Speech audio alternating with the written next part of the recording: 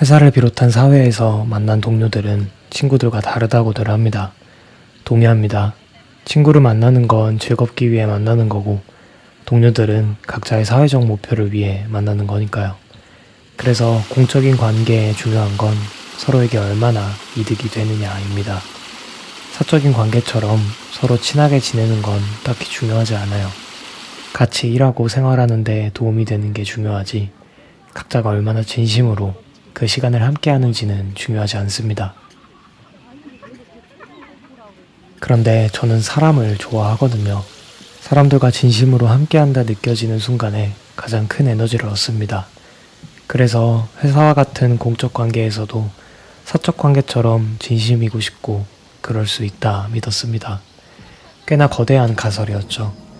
그렇지만 막연하기만 한 건 아니었던 게 대학교 때 그런 즐거움을 느낄 수 있는 기회가 몇 번 있었거든요. 여러 학생 활동들을 성공적으로 해내면서 일로 만난 사이여도 서로에게 진심일 수 있다라는 생각을 하기 시작했습니다. 제가 생각하는 진심은 표현을 아끼지 않는 건데 그게 가능해지는 순간들을 마주했었거든요. 일을 잘하기 위해 진심을 담아 표현하다 보면 단순한 동료 이상의 관계가 되어 서로 믿고 의지할 수 있다 느꼈습니다. 마치 그냥 알고만 있던 사이에서 정말 친한 친구로 넘어가는 것 같달까요? 서로의 표현을 이해하고 받아들이며 생각과 의견을 나누는 게 자연스러운 친밀하고도 가까운 관계가 될 수 있었어요. 그래서 실험을 시작했습니다. 공적 관계에서도 사적 관계처럼 진심을 다하는 실험 말이죠. 물론 불가능하겠다는 생각이 들 때도 많았습니다. 아무리 학생 활동이었다 하더라도 대학에서 만난 친구들이었으니까 사회에 나가면 똑같기는 어려울 거라는 직감이 있었죠. 하지만 포기할 수는 없었습니다. 제 하루의 대부분을 쏟아붓는 곳에서 진실되게 살고 싶었기 때문이고, 그렇기에 공적 관계로 얽힌 사람들에게도 진심이어야 한다 생각했습니다. 그럼에도 불구하고 학교 밖의 경험은 제 직감에 손을 들어주었어요. 대학생 시절 많은 시간과 애정을 쏟아부었던 교회 활동에서는 동료가 저에게 쌍욕을 퍼부었고, 대학원에서는 제 행동이 본래 의도와는 다르게 전해져 미운 털이 박히기도 했습니다. 저는 단지 일이 잘 되기를 바래서 진심을 표현했을 뿐이었는데 말이죠. 왜인지 모르게 오해를 풀려 애쓸수록 상황은 더욱 나빠졌습니다. 숨이 안 쉬어질 만큼 힘들었기에 진심을 다하는 건 공적 관계에서는 추구하면 안 될 것이라 느껴지기도 했어요. 혼란스러웠습니다. 공허하기도 했고요. 어쩔 줄 모르는 상태에서 제 몸과 마음이 움츠러들었을 때 지금의 회사에 입사하게 되었습니다. 처음에는 이전의 실수를 반복하지 않기 위해 방어적으로 표현했어요. 제 기준에서 진심을 다하지 않은 셈이죠. 하지만 시간이 지나면서 방어선이 조금씩 무너져 내렸어요. 이번에는 좀 다를 거라는 기대가 커졌거든요. 인원이 얼마 되지 않은 시기에 합류했고 처음부터 함께하며 많은 것들을 해내고 있었고 적은 인원들과 이야기를 나눌 기회도 많았기에 꽤나 진심 어린 관계가 될 수 있을 거라 생각했습니다. 단순히 개인적 성공이나 욕심을 채우는 것이 아니라 일로 만난 사이로서 일을 잘 되게 하기 위한 진심을 나눌 수 있는 관계 말이죠. 그렇게 3년에 가까운 시간이 지났고 어느 정도는 그렇게 보이는 듯 했습니다. 하지만 결론은 똑같았어요. 여전히 개인으로서의 진심은 통하지 않았습니다. 회사의 동료가 아니라 개인적인 관계로서 일에 접근했던 사람은 오직 저 하나였고, 그 사실은 많은 사람들이 새롭게 합류하며 점차 드러났습니다. 저는 당연하게도 새로운 사람들이 반가웠습니다.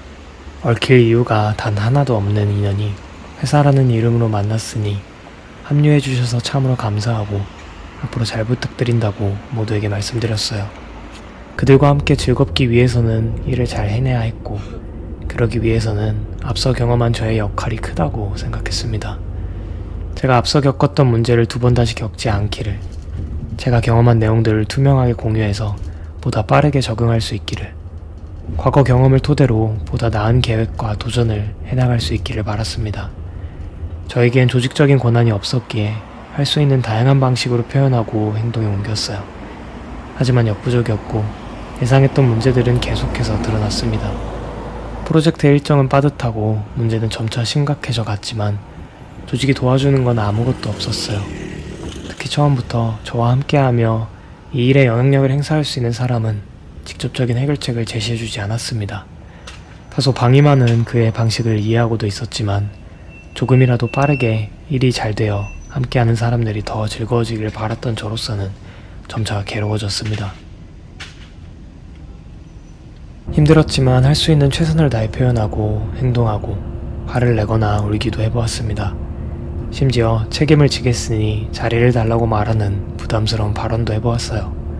수싸움을 하고 필요한 걸 주고받는 관계가 아니라 일이란 걸 잘 해내기 위해 모인 소중한 인연들이기에 제가 가진 모든 패를 버려가며 진심을 다했습니다. 하지만 바뀌는 건 아무것도 없었어요. 오히려 모든 패를 다 버렸기에 남은 건 고통스러운 대가뿐이었습니다. 초기 멤버로서 쌓아온 신뢰는 다 사라지고 같이 일하거나 다가가기 불편한 사람이 되어 있었어요. 표현의 날이 서 있는, 본인 고집이 강한, 승진 욕심이 많은 불편한 사람, 그 이상도 이하도 아니었습니다. 일을 더 잘 해내고 싶으니 의견을 반영해주거나 의견이 틀렸다면 대안을 알려달라는 메시지는 가려진 지 오래였어요. 저는 그저 울부짖음으로써 사람들을 불편하게 만들 뿐이었습니다. 이런 상황에서도 영향력을 행사할 수 있는 사람에게 직접적인 이야기를 듣지 못했습니다. 심지어 그와 가장 진심으로 표현하고 맞춰가려 애쓰고 있었는데 말이죠. 단서가 있었더라면 이런 상황까지는 오지 않았을 겁니다. 그는 피드백을 줬다고 생각하더라고요.